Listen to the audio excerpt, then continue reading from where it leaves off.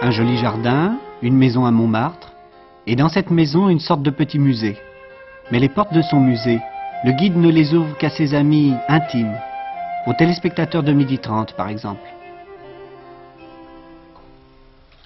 Ce sont des montres anciennes du 19e siècle et j'ai une amie qui, connaissant mes goûts pour les objets anciens et pour les montres, alors tous les ans il m'offre une montre. Je dois dire que c'est lui qui me les a offertes toutes.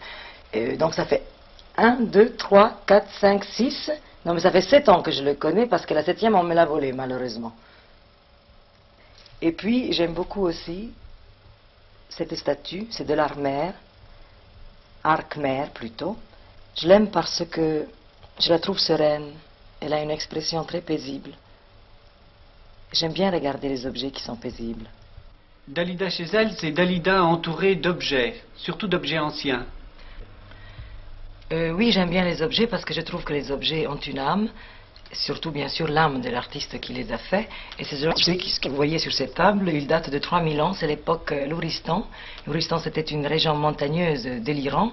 Elle était connue par ces tombeaux célèbres de l'âge de fer, c'est-à-dire que chaque fois qu'un guerrier y mourait, il était enterré avec tous ces objets. Et là, sur cette table, par exemple, vous voyez des flèches. Vous auriez aimé être archéologue? Pourquoi pas? Parce que je trouve que c'est merveilleux, c'est trop passionnant de découvrir. C'est un peu comme un enfant qui rentre dans la caverne d'Ali Baba. Vous n'avez pas du tout d'objets modernes? Non, je n'ai pas d'objet moderne. Pas de gadgets? Pas de gadget. Dalida, ce livre de psaumes, qu'est-ce que c'est? Eh bien, c'est un antiphonaire du XVIIe siècle. Il est très beau, tout est en parchemin.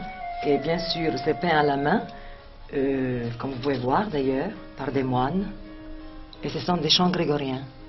Vous ne savez pas lire la musique? Non, je ne sais pas lire la musique. Je chante, mais je ne connais pas la musique.